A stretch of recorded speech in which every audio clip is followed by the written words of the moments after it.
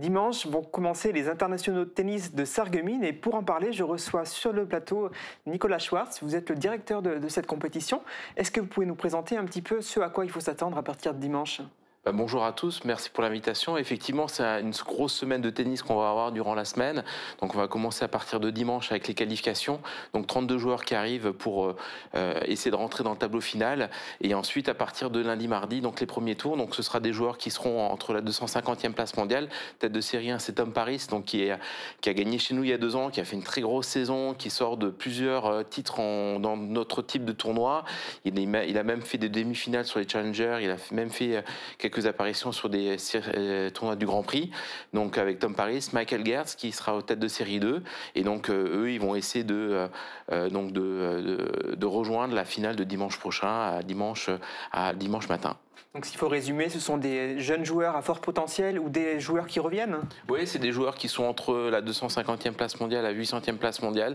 C'est essentiellement des jeunes qui ont entre 20 et 25 ans, qui essaient de glaner des premiers points ATP parce qu'on est au premier niveau des tournois internationaux pour essayer d'après de monter dans la hiérarchie des tournois internationaux. Et au niveau local, est-ce qu'il y aura des joueurs de la SA Tennis qui seront aussi présents pour disputer ce tournoi ? On aura 2 joueurs invités pour les qualifications. Donc là aussi, on essaie de mettre notre formation en avant avec donc 2 joueurs qui ont été formés chez nous, donc Nicolas Gris et Quentin Marchal, et qui participeront donc aux qualifications. Donc cette année, il n'y aura pas Hugo Schott. Il a arrêté le circuit professionnel. Là, il est en Chine pour faire un trek avec sa conjointe. Mais donc on n'aura pas Hugo Schott cette année. C'est la première fois depuis 10 ans. Mais après, voilà, on va espérer que Nico et Quentin suivent les traces d'Hugo de ces dernières années. Ça reste du sport, il y a toujours l'indécision du sport. Est-ce que vous verriez des favoris se détacher un petit peu du reste du plateau ? Oui, bien sûr, Tom qui a gagné il y a 2 ans, le tenant du titre Michael Gertz, donc qui a redescendu un tout petit peu au niveau du classement, qui est 300e mondial à peu près. Après, on a toujours des surprises sur notre surface. La moquette, c'est quand même une surface un peu atypique. On a la chance on a eu hier les invitations de la fédération, donc on aura le champion de France junior qui sera présent aussi.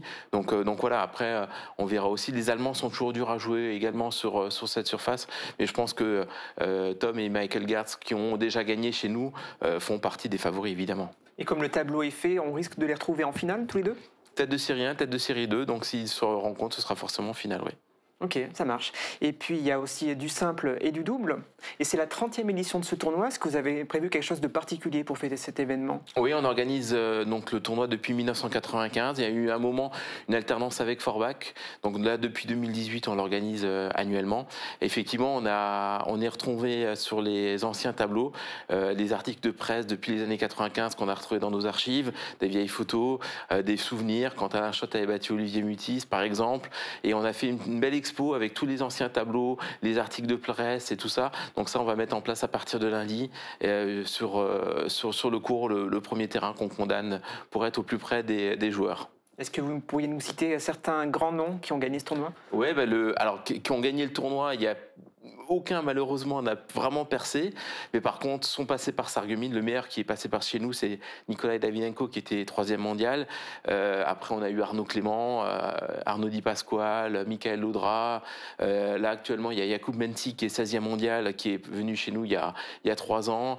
Je me souviens de l'année du Covid où on avait arrêté, il y avait sur la terrasse, il y avait Arthur Fils, Giovanni Mpenchi qui était cas contact au CNE, qui aurait dû faire le tournoi, mais qui ont vu qu'ils étaient qu'à contact, ils n'ont pas pu rentrer dans le tableau. Voilà, on a eu ce genre de joueurs. Alors c'est vrai que quand ils viennent chez nous, ils sont pas encore connus, mais souvent 2-3 années après, ils percent et tant mieux pour eux.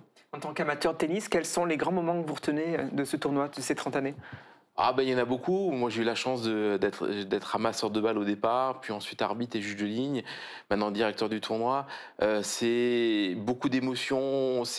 C'est un tournoi professionnel organisé par une bande de copains.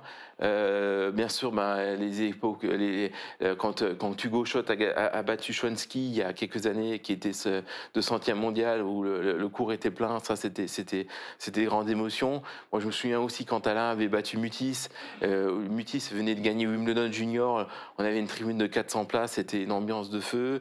Et puis encore la semaine dernière, quand on voyait tous les enfants du groupe élite qui étaient là, il n'y a plus qu'une semaine avant le tournoi, on est tout content et tout. Ça aussi, c'est des émotions. C'est tous les enfants qui sont contents de venir passer une semaine de tennis chez nous. Et c'est pour ça qu'on le fait, en fait. Donc on rappelle quelques informations pratiques, c'est gratuit, ça commence ce dimanche. Et au niveau des rencontres, il faut venir vers quelle heure pour faire du bon tennis? Alors, il y aura toujours des rencontres après 18h. Donc, on essaie toujours de mettre le dernier match à 18h pour que les gens qui travaillent puissent venir voir du tennis à Sarreguemines. Sinon, on commence entre 10h et midi. Il y aura toutes les infos sur notre Facebook qui sont alimentées par nos jeunes webmasters. Et puis, la finale aura lieu donc dimanche, le 26 octobre. Et cette année, on innove, hein, comme dit, on termine à 10h30 le matin pour qu'on essaie de faire venir le plus de monde possible. Et en matière de teasing, j'invite nos téléspectateurs à se rendre sur le Facebook du club de tennis de Sarreguemines pour voir apparaître les premiers noms, les têtes de série qui vont disputer ce tournoi. Et donc rendez-vous à tous dimanche sur les cours de la Blise pour voir du tennis.